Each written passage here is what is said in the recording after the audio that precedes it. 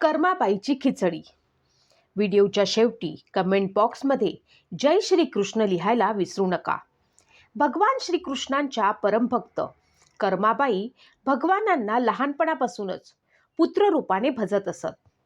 ठाकूरजींच्या बालरूपाशी त्या रोज अशा गप्पा मारत जणू ते त्यांचेच पुत्र आहेत आणि त्यांच्या घरातच वास्तवास आहेस. एके दिवशी कर्माबाईंना इच्छा झाली की ठाकूरजींना फळ मेव्याऐवजी स्वतः हाताने काहीतरी बनवून खाऊ घालावे. त्यांनी ही इच्छा प्रभूंना सांगितली. भक्तांसाठी सदैव तत्पर असलेले गोपाल म्हणाले, आई, तू जे काही बनवले असेल तेच मला खाऊ घाल. मला फार भूक लागली आहे. कर्माबाईंनी खिचडी बनवली होती. त्यांनी ठाकूरजींना खिचडीचा भोग लावला. प्रभू मोठ्या आवडीने खिचडी खात होते आणि कर्माबाई हे पाहून पंखा हलवत होत्या की गरम खिचडीमुळे माझ्या श्रीकृष्णाचे तोंड भाजू नये. संपूर्ण विश्व आपल्या मुखात सामावून घेणारे भगवंत येथे भक्तीच्या भावनेत आईच्या मायेने पंखा घेत होते आणि भगवान भक्तिभावात पूर्णपणे हरवून गेले होते. भक्तवत्सल भगवान म्हणाले, आई, मला ही खिचडी फारच आवडली आहे. तू माझ्यासाठी रोज खिचडीच बनव. मी तेच खाणार आहे. यानंतर कर्माबाई रोज पहाटे उठून सर्वात आधी खिचडी बनवू लागल्या. श्रीकृष्णही पहाटेच धावत येत आणि म्हणत, आई, लवकर माझी आवडती खिचडी दे. असा रोजचा क्रम सुरू होता. भगवान सकाळी येत, भोग घेत आणि निघून जात. एकदा एक महात्मा कर्माबाईकडे आला. सकाळी लवकर खिचडी बनवताना पाहून तो रागावून म्हणाला, माते, हे तू काय करत आहेस? आधी स्नान करून पूजापाठ करायला हवा, पण तुला तर पोटाची चिंता आहे. तेव्हा कर्माबाई म्हणाल्या, महाराज, काय करू? ज्या भगवानांची पूजा सगळं जग करतं तेच सकाळी भुकेले येतात. त्यांच्यासाठीच मी खिचडी बनवते. त्या महात्म्याला वाटलं की कदाचित कर्माबाईची बुद्धी फिरली आहे. तो म्हणाला, माते, तू भगवानांना अशुद्ध करत आहेस. आधी स्नान कर, मग स्वयंपाकघर स्वच्छ कर आणि मगच भोग बनव. दुसऱ्या दिवशी कर्माबाईंनी त्याचप्रमाणे केले. सकाळी भगवान आले आणि म्हणाले, आई, मी आलो आहे, खिचडी दे. कर्माबाई म्हणाल्या, प्रभू, मी अजून स्नान करत आहे, थोडा वेळ थांबा. थोड्या वेळानं भगवान पुन्हा म्हणाले, आई, लवकर कर, माझ्या मंदिराचे दरवाजे उघडतील, मला जायचे आहे. तेव्हा कर्माबाई पुन्हा म्हणाल्या, प्रभू, अजून स्वच्छता करत आहे. तेव्हा भगवान विचार करू लागले, आज आईला काय झालं आहे? आज खिचडीही रोजसारखी प्रेमळ लागली नाही. घाईत भगवान पाणीही न पिता तसेच निघून गेले. बाहेर त्यांनी त्या महात्म्याला पाहिले.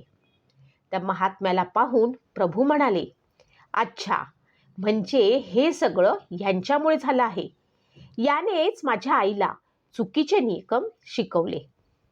मंदिरात पुजाऱ्याने पट उघडले तेव्हा त्याला भगवंताच्या मुखावरती खिचडी लागलेली दिसली.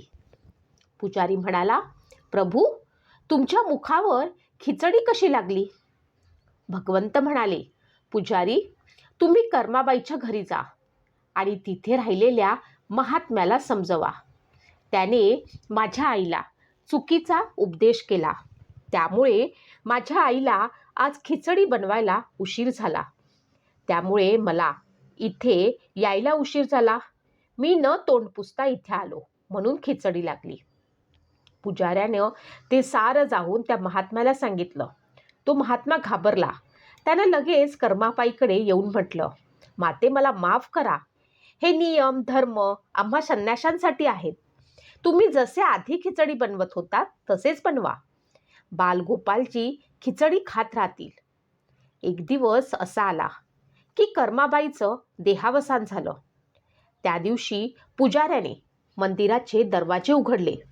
तेव्हा पाहिले भगवंताच्या डोळ्यात अश्रू होते. पुजाऱ्यानं कारण विचारलं. तेव्हा भगवंत म्हणाले, आज माझी आई कर्माबाई हे लोक जग सोडून गेली आहे. ती माझ्या निजधामात गेली आहे. आता मला कोण खिचडी बनवून खाऊ घालणार? तेव्हा पुजारी म्हणाला, प्रभू, आम्ही तुम्हाला आईची उणीव भासू देणार नाही. आजपासून तुम्हाला सर्वात आधी खिचडीचाच भोग लावला जाईल. त्यामुळे आजही जगन्नाथ भगवंतांना खिचडीचा भोग लावला जातो. भगवान आणि भक्तांच्या या अमर कथा अटूट श्रद्धा आणि विश्वासाचं प्रतीक आहेत. या कथा प्रभू प्रेमाचे स्नेह दर्शवण्यासाठी अस्तित्वात आहेत. या कथांच्या माध्यमातून भक्तिरसाचा आस्वाद घ्या आणि आनंदाच्या सरोवरात डुबकी मारा. ईश्वराच्या शक्तीसमोर तर्कशुद्ध विचारसुद्धा नतमस्तक होतो. म्हणूनच वैद्यकीय शास्त्रज्ञही म्हणतात, औषधापेक्षा दुआ अधिक प्रभावी असते. जसे मळलेल्या आरशात सूर्यप्रकाश पडत नाही, तसेच मलिन अंतकरणामध्ये ईश्वराच्या प्रकाशाचं प्रतिबिंब पडत नाही. मलिन मनात असुरी वृत्तीचे राज्य असते. त्यामुळे असा मनुष्य ईश्वर दत्त दिव्य सिद्धी आणि निधींचा अधिकारी बनत नाही. जोपर्यंत मनात कपट आणि हृदयात पाप आहे, तोपर्यंत सारे मंत्र जप निरर्थक आहेत. खऱ्या संतांच्या वाणीतून अमृतधारा वाहते. आवश्यकता आहे ती फक्त ते आचरणात उतरवण्याची. जय श्री कृष्ण. तुम्हाला अशा कथा आवडत असतील तर चॅनल शेवटपर्यंत पहा आणि शेवटी जय श्री कृष्ण लिहायला विसरू नका. आता आपण दुसरी कथा ऐकणार आहोत, जी सुदामा आणि श्रीकृष्ण यांच्या खऱ्या मैत्रीची कथा आहे. सुदामा हे श्रीकृष्णांचे बालपणीचे सवंगडी. गुरुकुलात दोघांनी एकत्र शिक्षण घेतलं. कृष्ण राजे झाले, द्वारकेचे अधिपती झाले. पण सुदामा मात्र अत्यंत गरीब ब्राह्मण म्हणून राहिला. दारिद्र्य इतकं की घरी खायला अन्नही नसे. सुदामाच्या पत्नीने एके दिवशी विनवणी केली, स्वामी, तुम्ही श्रीकृष्णांचे मित्र आहात. एकदा तरी त्यांना भेटा. कदाचित ते आपल्याला मदत करतील. सुदामांना संकोच वाटत होता. मी इतका दरिद्री आणि कृष्ण द्वारकेचा राजा. तरी पत्नीच्या आग्रहाखातर त्यांनी भेट म्हणून फक्त पोहे म्हणजे चिवडा एका कापडात बांधला आणि द्वारकेला जायला निघाले. द्वारकेत पोचल्यावरती पहारेकरी, राजवाडा, ऐश्वर्य सारं काही पाहून अधिकच गोंधळले. पण जसेच श्रीकृष्णांनी सुदामांना पाहिले, राजा कृष्ण विसरून गेले. ते सिंहासनावरनं उठले आणि धावत आले. सुदामाचे पाय धुतले, मिठी मारली आणि म्हणाले, माझा मित्र आला आहे, माझा सखा आला आहे. सुदामा लाजले, डोळ्यात पाणी आले. कृष्णांनी त्यांना राजस आसनावरती बसवले, स्वतः सेवा केली. कृष्ण म्हणाले, सुदामा, तू माझ्यासाठी काय आणलं आहेस? सुदामा लाजत लाजत म्हणाला, काहीच नाही प्रभू, फक्त थोडे पोहे. कृष्णाने ते पोहे आनंदाने खाल्ले. एक एक घास खाताना म्हणाले, हे पोहे नाहीत, ही तर मैत्रीची अमृतधारा आहे. सुदामाने काहीही मागितले नाही. ते मन भरून कृष्णाचे दर्शन घेऊन परत निघाले. घरी परतल्यावरती त्यांनी पाहिलं की त्यांची झोपडी राजवाड्यात बदलली होती. दारिद्र्य नाहीसं झालं होतं. सुदामा रडत म्हणाले, मी काहीच मागितलं नाही, तरी प्रभूंनी सर्व काही दिलं. या कथेचा अर्थ असा आहे की श्रीकृष्ण भक्ताचे भाव पाहतात, संपत्ती नाही.